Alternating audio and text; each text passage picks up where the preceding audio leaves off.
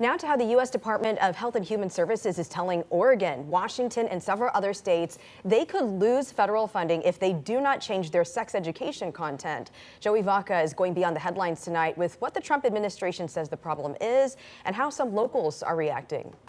Oregon, one of 40 states to get a letter from HHS's Administration for Children and Families. The letter questions curriculum in Oregon's federally funded sex education program for youth ages 10 to 19. It says the material falls outside the scope of the federal guidelines for including what the department calls gender ideology. ACF says Oregon needs to remove topics like discussions on gender identity or say goodbye to the more than $1.6 million the state gets for the program. Local nonprofits argue removing the content is harmful. Pretending that something doesn't exist and just not talking about it doesn't make it not exist. All it does is make it harder to get real factual information. The letter says while the material was previously approved, the prior administration made a mistake allowing federal grants to go towards teaching gender ideology.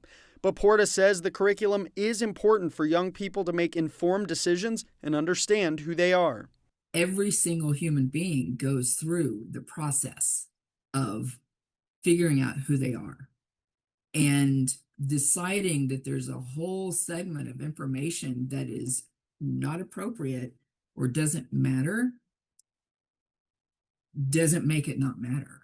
The ACF acting assistant secretary said accountability is coming.